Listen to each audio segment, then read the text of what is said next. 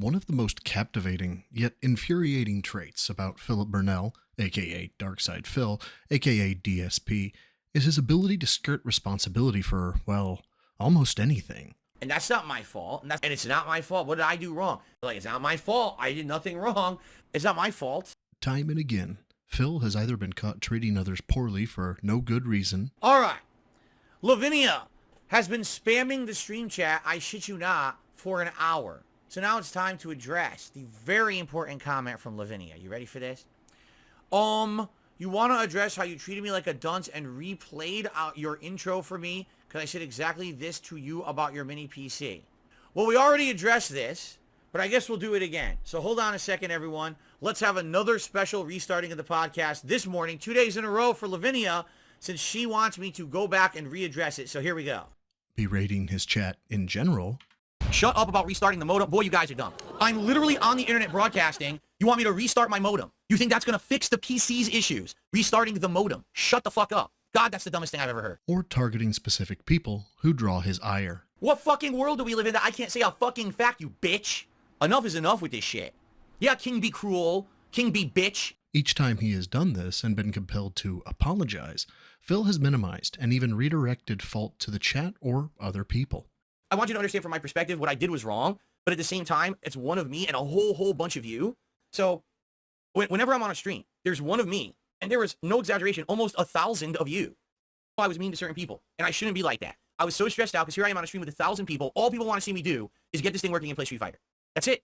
And I'm like, it seems like this PC wanted to do every possible thing to hinder me from doing that after we waited all day for it to arrive. You know what I'm saying? In tandem with this, Phil has condemned detractors who attempt to hold him accountable, saying that they have no proof, they believe a concocted narrative, or that they rely on circumstantial evidence which can't be used. A lot of the bullshit that my detractors constantly rag on me and hate me for, and I just basically debunked it all, and they had nothing to fucking say. Because everything they say about me is usually based on completely circumstantial evidence, an overwhelming amount of circumstantial evidence that most of them made up themselves, but still, it's all circumstantial. There's nothing they can say about, oh, you're a horrible person because of this and this. Okay, what's your evidence? Well, this, but that's not evidence. You have to make 10 assumptions to believe that what you just presented as evidence is real. And you can't prove those assumptions. You know, the bank leaks. Can't prove the bank leaks because the bank leaks are a federal crime if they're real. Hi folks, if you don't know me, I'm Broside Phil, and today we'll be going over some DSP lore, primarily as it relates to the bank leaks. We'll be looking at statements Phil has made, some discoveries I've made, and of course contradictions Phil has made. My goal is to conclusively show, at least to a courtroom standard, that Phil has intentionally been deceptive in regards to the bank leaks. So much so, an argument could be made his actions were intentionally malicious or designed to obstruct you, the viewer, from knowing the truth about him. To what end, you might be asking? As stated in this introduction, Phil has been masterful at skirting responsibility or being held accountable, and due to his behavior to his viewers, my goal is to call him out and show the true colors of a man who wants all the perks of saying and doing whatever he wants, but none of the consequences for his actions.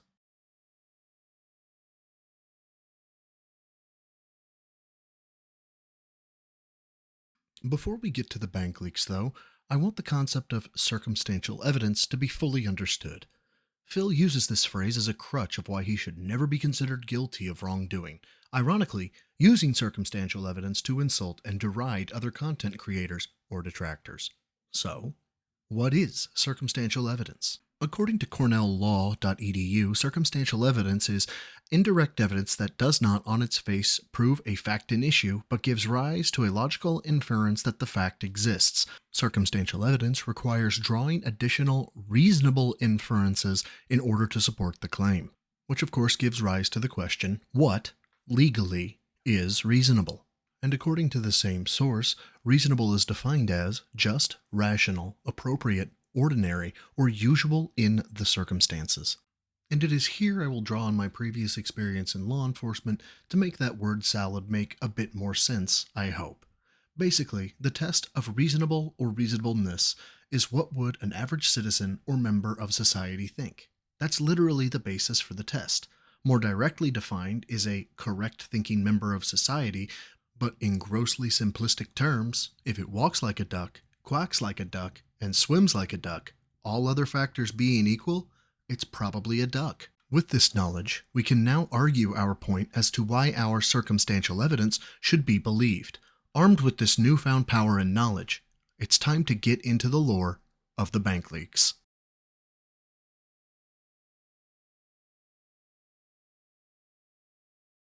In September of 2021, the bank leaks were made known to Kiwi Farms, and of course, by extension, to everyone else.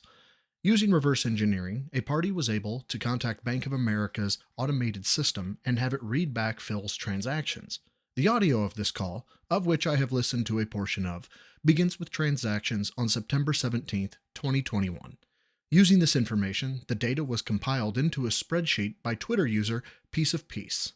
This data, containing 1,650 entries, is reported to be DSP's transactions between March 2nd of 2020 and September 17th, 2021.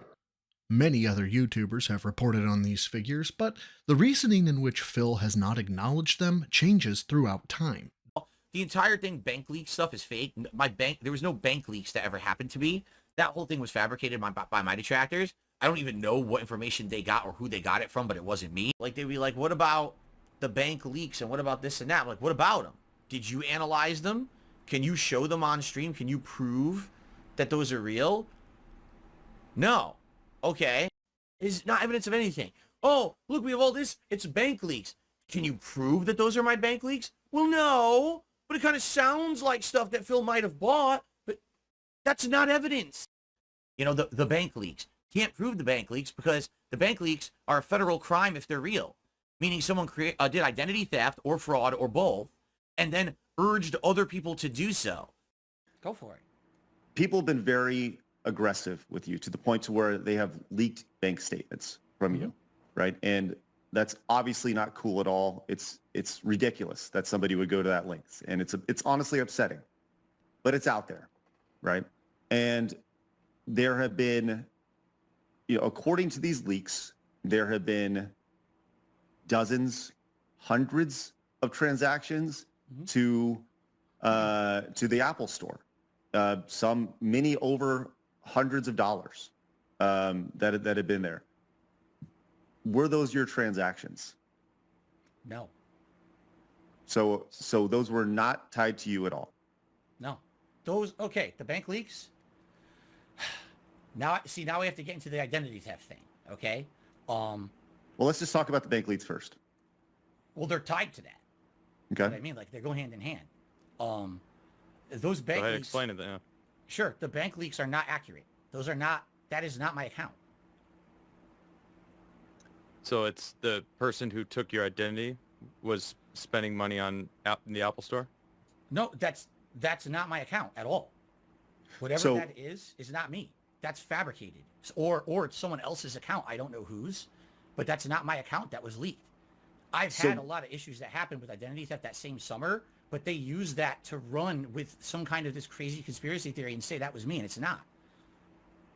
So you're saying, just so we're on the same page, you're saying that this account that is not yours, that had thousands of dollars of fees to the Apple Store consistently, that are these amounts just happen to tie to exact amounts in the game that we're talking about, WWE Champions, and it's a game that you also play.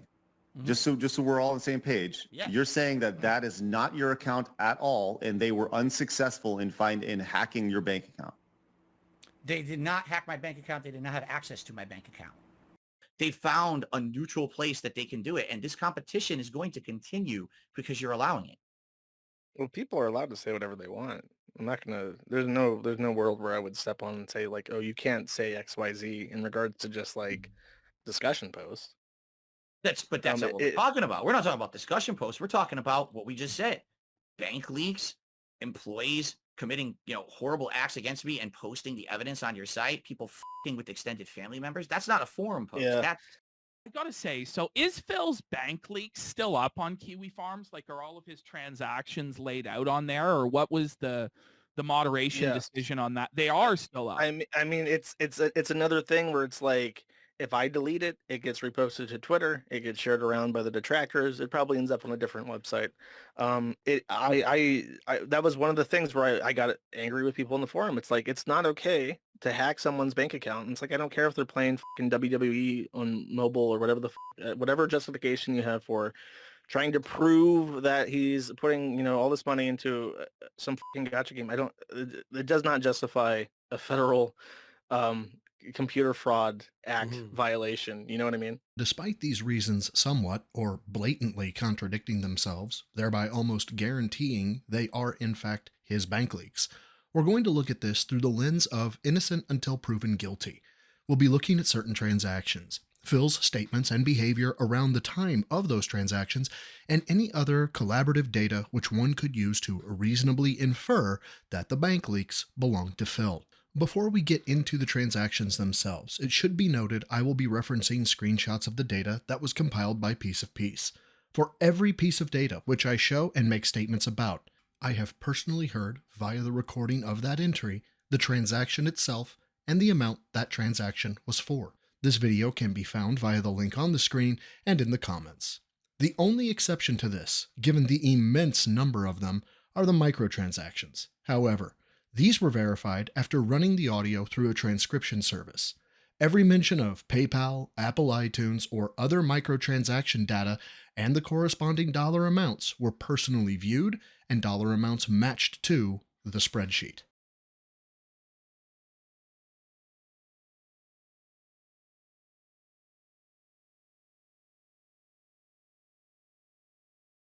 Occam's razor, also known as the law of parsimony, is a philosophical principle which states that with all other factors being equal, the simplest explanation is usually the best one. And we're going to be using Occam's razor a bit here. So for the time being, let's go over what we have in terms of the bank leaks. The aforementioned video of transactions was over 5 hours long and has 3 potential outcomes. 1. The transactions on the recording were Phil's. 2. The transactions on the recording were fabricated.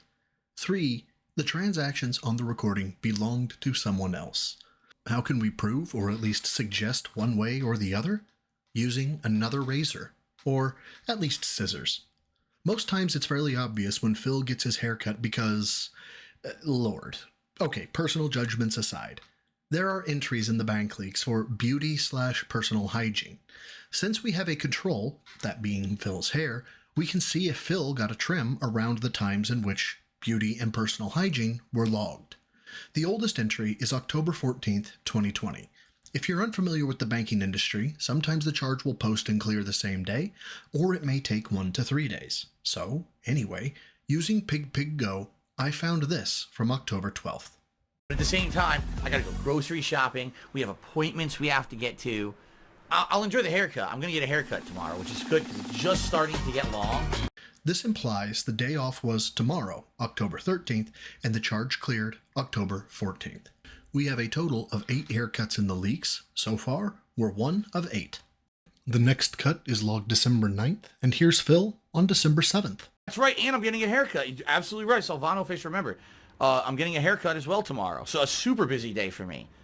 2 down, 6 to go. The next log, January 20, 2021. Here's Phil on January 18th. Grocery shopping, pet shopping, trying to get my haircut tomorrow. Logged March 3rd, and Phil on March 3rd. I guess it's too zoomed out, but I did get a haircut. It's much closer now than it was, like much closer to the head. Because it's spring, I decided to get a much shorter haircut. Logged April 8th, and here's Phil on April 5th. Oh, and by the way, the 7th, that's Wednesday. But yeah, the thing is, this Wednesday, we got some things we're doing, like we're getting haircuts. Logged May 11th, Phil on May 9th. My wife and I are going to probably go grab some food, but then we have to get haircuts. Logged July 15th, Phil on the exact same date. Now that the headphones are off, you probably can't see it that well. I got a very close haircut all around the sides and the back. The top's still kind of long. And lastly, August 18th, and here is Phil on August 18th. A lot of people are noticing my shorter haircut, which is very comfy, by the way. Perfect time for it, the end of summer here. You know, I want to cool down. It's been so hot recently. Based on this data, from a logical standpoint, it appears that those beauty charges coincide with every day that Phil got his haircut. This now changes our question or challenges our previous outcome. What used to be the transactions on the recording were Phil's, the transactions on the recording were fabricated, or the transactions on the recording belonged to somebody else, must now become 1. The transactions on the recording were Phil's, which coincide with the data found in the bank leaks. 2. The transactions on the recording were fabricated, and the person who fabricated it either accurately guessed when Phil was going to get a haircut or knew when he got a haircut. Or 3. The transactions on the recording are from an account which the person who leaked the transactions knew would be utilized by a person getting their haircut at the same time as Phil. Of the 3, which 2 can Occam's razor cut out? But there's more to it than that. In the restaurant's transaction, there's an entry for Maggie's on Meeker. This is not a chain restaurant and is only located in Kent, Washington, which just so happens to be 6.6 miles from Phil's residence. This means that if the transactions are fraudulent, the person creating the fraudulent logs knew to include a restaurant that DSP had frequented in the past, and if they are of another person, that person must live within the same confines or general area as Phil.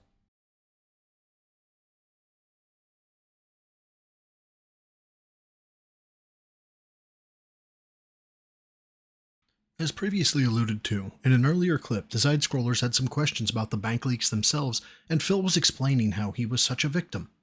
So you're saying, just so we're on the same page, you're saying that this account that is not yours, that had thousands of dollars of fees to the Apple Store consistently, that are these amounts just happen to tie to exact amounts in the game that we're talking about, WWE Champions, and it's a game that you also play.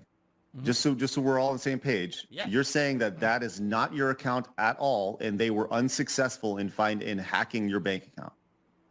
They did not hack my bank account. They did not have access to my bank account. It seems awfully convenient. And You're right. just right. It does sound awfully convenient, but that's the truth.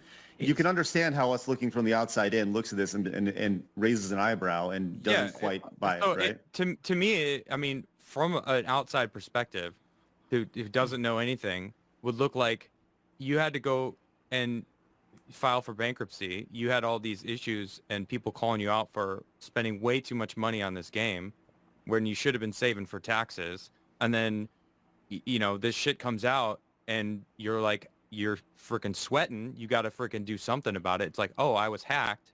That identity theft. Like, maybe the identity theft happened. I'm just like painting a picture for like these people on the internet that hate you and are trying to convince the world of what happened. And then, like Craig said, I mean, you are playing it. It is your username. There are all these bank statements that actually correlate perfectly with this game. I'm leaning more towards that side of the story because it makes more sense. I mean, you needed an out. You have money issues and have had money issues for a while. Yep. And it's just like, it's hard to believe, dude. The reason that this story has not died out like every other one is because this is the one that I really don't have a way to prove my innocence without further exposing myself. You understand? Do you have a police report for the a police identity report? You don't. Oh, you no. could redact certain things. I did not. I don't have a police report. Geez, how do I? Did you not go to the police when your identity was hacked? No, or taken? I went to all my financial institutions. I went to the credit bureaus. You didn't go to the police though when someone was stealing your identity. No. Why wouldn't you do that? I didn't even think to do it. I don't think. What would they do about it? Try to fucking get the person and arrest them for stealing your identity? I mean, I guess maybe, but here, okay. I guess what I got to do is tell you a little bit more about all the crap I've been through. I have contacted the police about the harassment. No, listen, I have contacted the police about harassment over the years.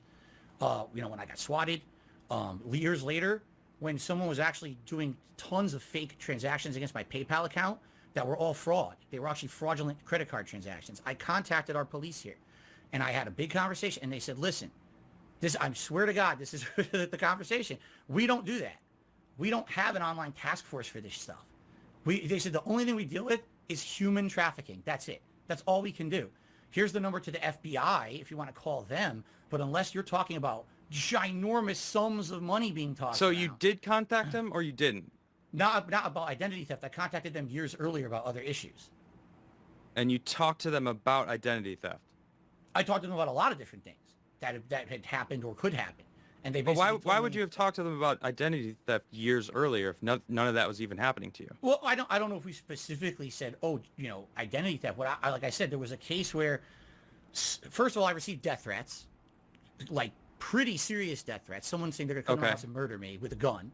Well, that's a completely different subject. Correct. Right. And I contacted them about that. And while I was talking to them, I also brought up PayPal issues that I was having with fraudulent transactions and other things. And they basically said, we don't handle that. We can't. We don't have the capacity. Local PD doesn't care. You have to go, if you want to go to the FBI, but they even said, here's the number. If you ever get into something really bad, you're afraid for your life or something, call us 911. Outside of that, anything else, it's, big transactions or whatever, like you lose $1 million, you call the FBI. That's it. So I didn't think, I didn't file a police report about the identity theft because I didn't think they could do anything. They told me years previous, nothing's going to happen about it. Well, it didn't seem like you were talking about identity theft with them, so... Remember, at this point in time, Phil is saying the bank leaks aren't his, but that somehow financial hacks or harassment had occurred. Adam, rightfully so, asks if Phil made a police report, and Phil's reasoning behind not filing the report was because the police said they only work human trafficking and they can't work cases like that. This is where FOIA comes into play. Well, sort of. FOIA, F-O-I-A, or the Freedom of Information Act, is a law which requires the full or partial dissemination and disclosure of government documents upon request. However, FOIA has become a kind of standard word when referring to records requests, and many local law enforcement agencies respond and disseminate case information upon request. As some of you may be aware, I had a stream where I talked about a FOIA request I made to Renton PD in reference to this case. In summation, when I performed my initial request, I had asked for around 2 years' worth of data, coming across the case that Phil was talking about when he said he was threatened with a gun after Renton PD responded. The documentation read very straightforward.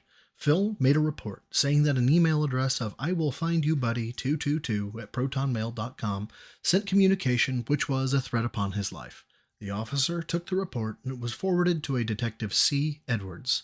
Detective Edwards made contact with Phil, who, according to the narrative, immediately told Detective Edwards he was a gamer. After performing his due diligence, Detective Edwards closed the case, as no viable investigative leads existed since Proton Mail doesn't comply with U.S. legal authority. Nowhere in the data was there ever a mention of hacking or harassment. Rather than take that as hand of God truth, I contacted the Renton Police Department and made contact with Detective Edwards. To summarize, I explained who I was and what I was seeking, asking if he remembered the case. He eventually stated he did. I asked if he remembered any conversation with Phil about hacking or PayPal, and Detective Edwards said he did not. As I was thanking him for his time, Detective Edwards summed up what he thought I was saying, which was that they did not investigate human trafficking. I corrected him, which is where we are when we get to this part of the call with Detective Edwards. No, we are definitely committed to investigating any signs of violence or human trafficking. That's asinine to... Well, no, so he wasn't saying that you guys don't investigate human trafficking. What he was saying is that you guys wouldn't investigate financial crimes like hacking somebody's bank account and accessing their personal data. Oh, no, we do that all the time. Oh, We always investigate. well, what a surprise. After reporting this on my stream, it was brought to my attention that it could be possible that Phil discussed it with another officer before the time frame in which I had asked for the records. Conceding that this could happen, I made another request. The only logged reports or files that Renton PD has since Phil has been living there are as follows. 1. The swatting, which I just received a copy of. 2. 2 check welfares, one from a troll, the one from Cat's sister. And finally, the email threats which we just discussed. As stated, the swatting narrative was provided to me earlier this month, and as you can see, there is no mention of human trafficking. Given Phil's past, we have a few potential explanations. 1. Phil is lying about talking with the detective. 2. The detective forgot, even though it required very little explaining for him to remember the case. 3. The Renton PD is secretly a detractor. I joke here, of course, but it seems quite apparent that Phil has lied yet again.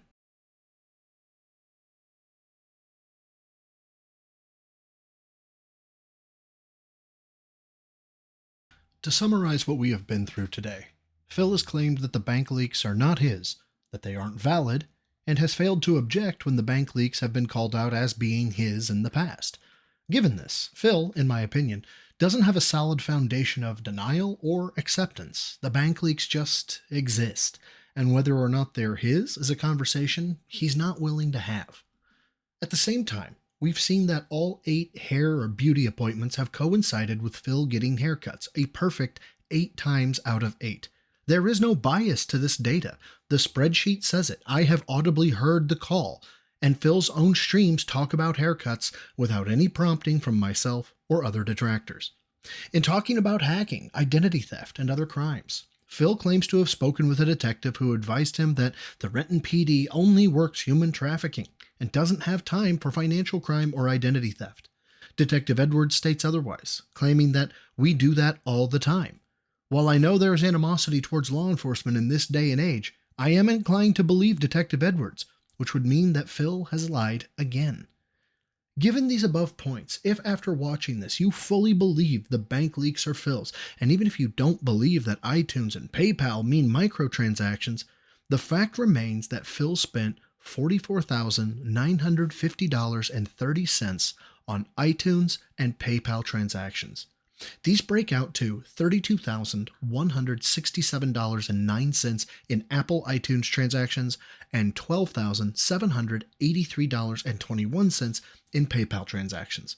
In addition to this, the bank leaks logged $3,103.08 of alcohol purchases, and this is all while he was needing to save the house or pay his taxes or insert excuse here that's not a microtransaction.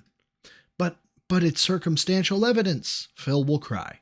That's true, but in a court of law, DNA is thought to be one of the best smoking guns there is. If your DNA is on an item or found in a room, it's almost immediately thought to be true that you touched the item or you were in the room. It should be noted then that DNA evidence is universally considered to be, 99% of the time, circumstantial evidence. So there you have it, ladies and gentlemen.